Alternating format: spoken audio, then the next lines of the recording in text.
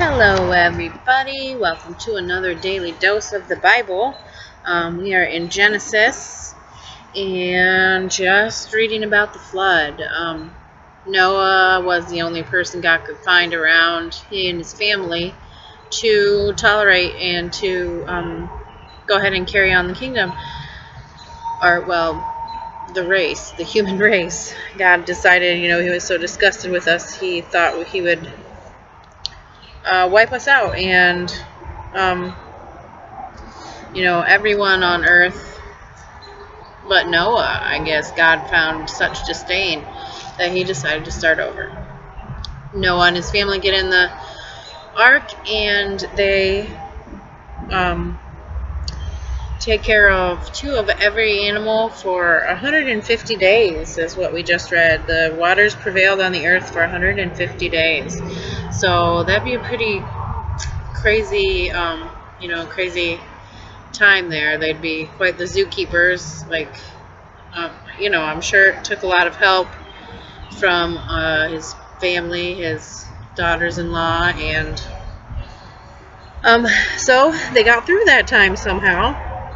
This is chapter 8, called Noah's Deliverance, and so we'll pick it up there. Then God remembered Noah and every living thing and all the animals that were with him in the ark. God made a wind to pass over the earth, and the waters subsided. The fountains of the deep and the windows of the heaven were also stopped, and the rain from the heaven was restrained. And the waters receded continually from the earth. At the end of 150 days the water decreased. Then the ark rested in the 7th month. The 7th day of the 7th month, on the 17th day of the month, on the mountains of Ararat. And the waters decreased continually until the 10th month. In the 10th month, on the first day of the month, the tops of the mountains were seen. So it came to pass, at the end of 40 days, that Noah opened the ark, the window of the ark which he had made. He sent out a raven, which kept going to and fro from the waters until the waters had dried up from the earth. He also sent from himself a dove to see if the waters had receded from the face of the ground. But the dove found no resting place for the sole of her foot, and she returned into the ark to him, for the waters were on the face of the whole earth. So he put out his hand and took her, and drew her into the ark to himself. And he waited yet another 7 days, and again he sent the dove out from the ark. Then the dove came to him in the evening, and behold, a freshly plucked olive leaf was in her mouth. And Noah knew that the waters had receded from the earth. So he waited yet another 7 days, and sent out the dove, which did not return to him any more. And it came to pass in the 601st year, in the 1st month, the 1st day of the month, that the waters were dried up from the earth, and Noah removed the covering of the ark, and looked. And indeed the surface of the ground was dry. And in the 2nd month, on the 27th day of the month, the earth was dried. And then God spoke to Noah, saying, Go out of the ark, you and your wife, and your sons wives with you. Bring out every living thing, all the flesh that is with you, birds and cattle, and every creeping thing that creeps on the earth, so that they might abound on the earth, and be fruitful and multiply on the earth. So Noah went out, and his sons and his wife and his sons' wives with him. Every animal, every creeping thing, every bird, and whatever creeps on the earth, according to their families, went out of the ark. That's the story of how the earth dried up, and Noah figured out a way to tell if the earth had dried. He sent out that dove, and when she didn't come back, he knew that she found a place to land, or I guess something could have happened, but God sent her back with a olive branch, and then the next time she just didn't come back. So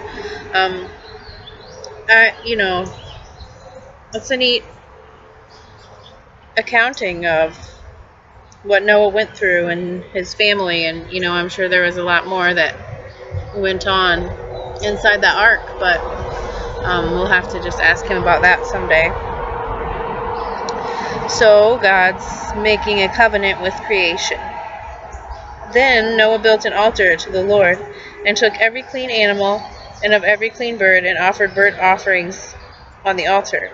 And the Lord smelled the soothing aroma. Then the Lord said in his heart, I will never again curse the ground for man's sake, although the imagination of man's heart is evil from his youth, nor will I again destroy every living thing as I have done. While the earth remains, seed time and harvest, cold and heat, winter and summer, and day and night shall not cease. So that's, we take the rainbow to be that promise. I don't know if it says that in some versions, or if that's just something that we all kind of, but, he must have been pretty angry. But then I think that he realized, what a sad loss that was, and all of those lives that, obviously God knew they were corrupted and evil, but, eventually some of them may have come around to him, and through that covenant, I really feel like we're still alive today, because, there's a lot of wickedness. For all the right that's going on in the world, there's a lot of wickedness, We just are surrounded with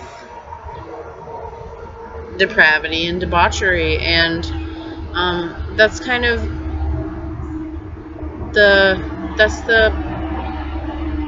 the other side of having the free will, God didn't want us to have to worship him, so he gave us the choice.